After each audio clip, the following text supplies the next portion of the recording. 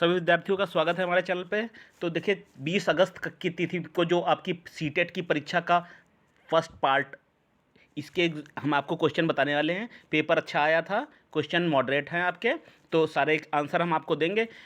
देखिए कैसे कैसे प्रश्न आए हुए थे एग्ज़ाम में, पहले ये देखेंगे। ठीक है, 20 अगस्त 2023 सीटेट का है ये। लेव वागस्की के अनुसार बच्चों के संकलनात्मक योग्यताओं के विकास में महत्वपूर्ण भूमिका किसकी रहती है?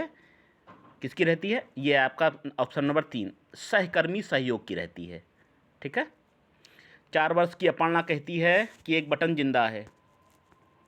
एक बटन जिंदा है क्योंकि उसकी शर्ट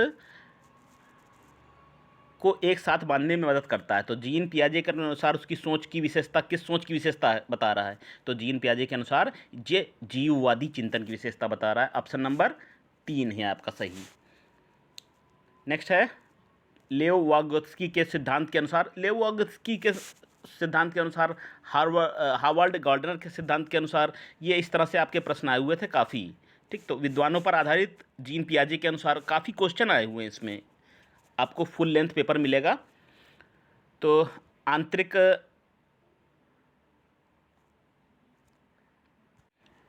वॉक क्या है? ये आपका हो जाएगा 1 नंबर। बच्चों के लिए अपनी सोच को नियंत्रित करने का एक तरीका है।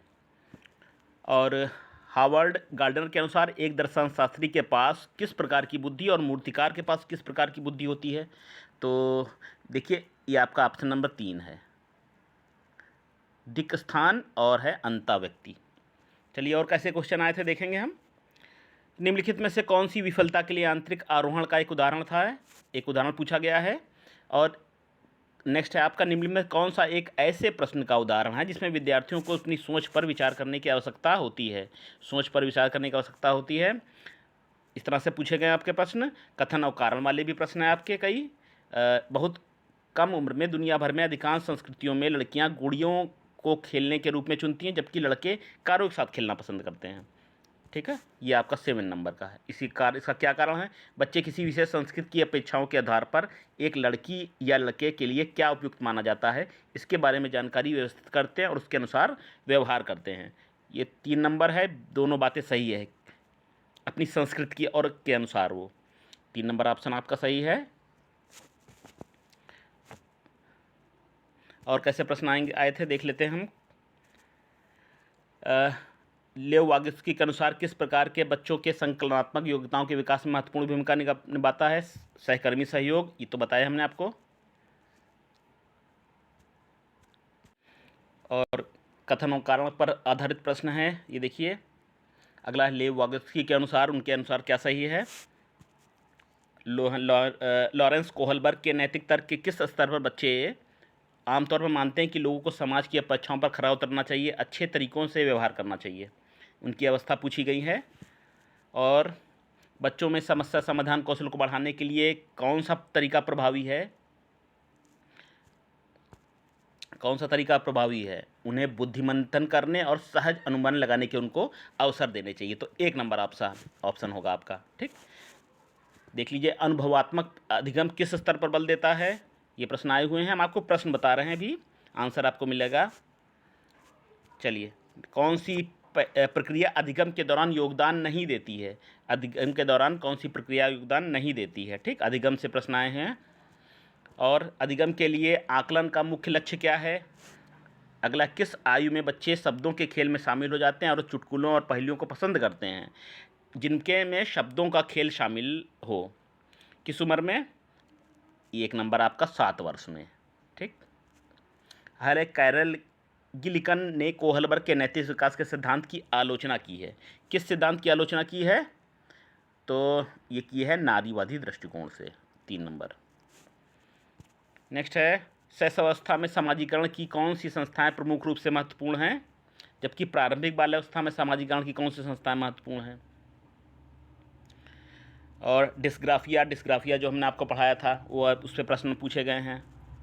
ठीक है, प्रतिभावान बच्चों को शिक्षित करने का उपागम जो उन्हें असामान्य रूप से तीव्र से बच्चों के पाठ्यक्रम के माध्यम से आगे बढ़ाता है, क्या कहलाता है? और है स्वलीनता वाले विद्यार्थियों को विशिष्ट विशेषता कौन सी होती है? और कैसे प्रश्न है देख लेते हैं। विद्यार्थियों को सीखने की शैलियों में विविधता किस प्रकार की होती है? अगला है, निम्नलिखित में अधिगम का प्राथमिक लक्ष्य कौन सा होना चाहिए? अधिगम का प्राथमिक लक्ष्य कौन सा होना चाहिए? तो कौन सा? देखिए, तथ्यों को रटना नहीं होना चाहिए, यंत्रवत याद कराना नहीं है, समकक्षियों के प्रति प्रतिस्पर्धा नहीं होना, समालोचनात्मक चिंतन का विकास। 1 नंबर ऑप्शन है आपका। बच्चे अपने सबसे प्रभावी ढंग से तब सीखते हैं यदि वह अवधारणा कैसी है? जटिल से सरल की ओर है? नहीं। अगर मूर्त से अमूर्त की ओर होना चाहिए, ये भी गलत है आपका। मूर्त से अमूर्त की ओर, सामान्य से विशिष्ट की ओर, तर्क संगत से अनुभवजन्य की ओर बढ़ती है। बच्चे अगर तर्क संगत से अनुभव प्राप्त करते रहते हैं, देखते रहते हैं, आगे बढ़ते हैं, तब 1 नंबर ऑप्शन आपका सही। नेक्स्ट देखिए, आपके दिए हुए हैं त्रियामय आकृति, गणित के कुछ प्रश्न दिए हुए हैं, रीजनिंग के प्रश्न हैं, ठीक है।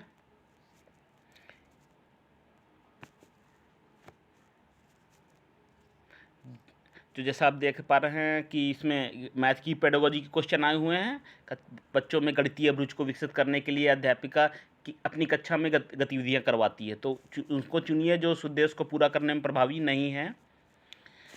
चलिए, तो ये कुछ प्रश्न हमने आपको बताए विद्यार्थियों। पूरे सेट के लिए आप हमारे चैनल डे नाइट क्लासेस को सब्सक्राइब करिए, बने रहिए, सब पूरा आपको मिलेगा। फर्स्ट शिफ्ट और सेकेंड शिफ्ट दोनों के हम आपको आंसर देंगे। तब तक के लिए हमारे चैनल पे बने रहिए, हम आपको व्यूज़ आपको बिल्कुल सॉल्व पेपर मिलेगा।